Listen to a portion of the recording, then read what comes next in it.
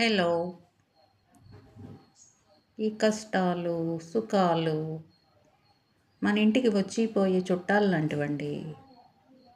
సుఖాలనేవి మనకి బాగా ఇష్టమైన చుట్టాలు లాంటివి.